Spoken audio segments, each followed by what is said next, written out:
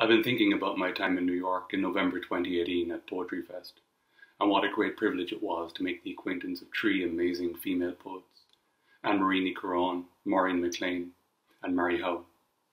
But I've been thinking especially of what a privilege it was to meet and get to know a little the great poet Ciaran Carson, who passed away a mere 10 months after the festival.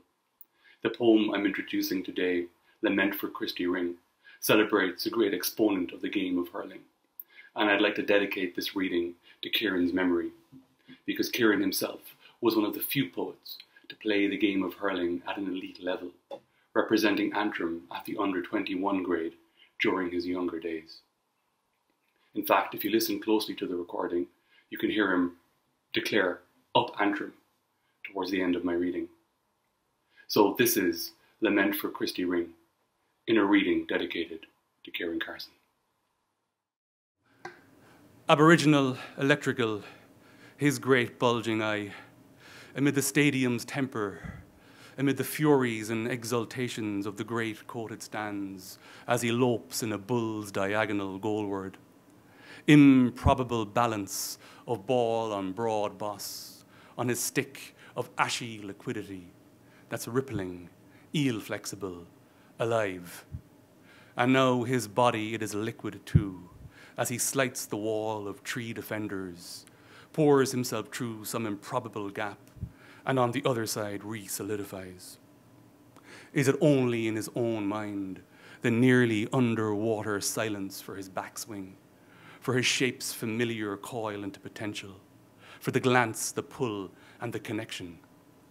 And the cork-hearted ball becomes nothing at all, is too nimble, too cute for the eye, and the goalkeeper's beaten, and Clare and Limerick and Antrim are beaten, and the terraces inhale themselves, and the air is vibrating in shock and in awe. Patricia Horgan's was the last face he saw. She went out for the messages and walked into history. She went out to buy butter and became a minor character. His chest clenched and riveted, bucked and ratcheted, as he lay at the center of the forming throng, watching, beyond her cow-eyed gentle expression, the gulls at their shrill affairs above Morrison's Island, the usual mergers of cumulus, then the clouds themselves, clouding over.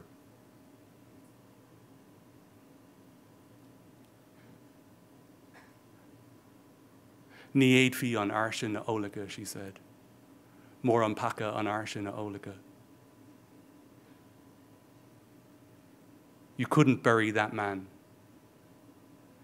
It'd be a sin to bury that man. And to this day, I still can't bury Christy Ring.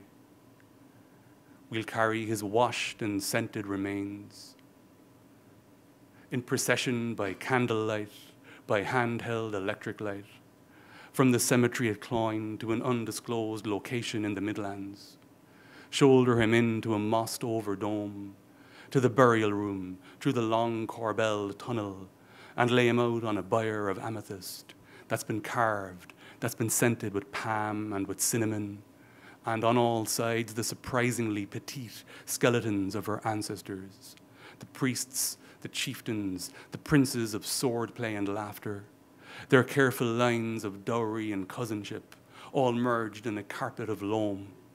The victories, the enmities rusted, and the quarrels all gone, the quarrels all long processed by worms.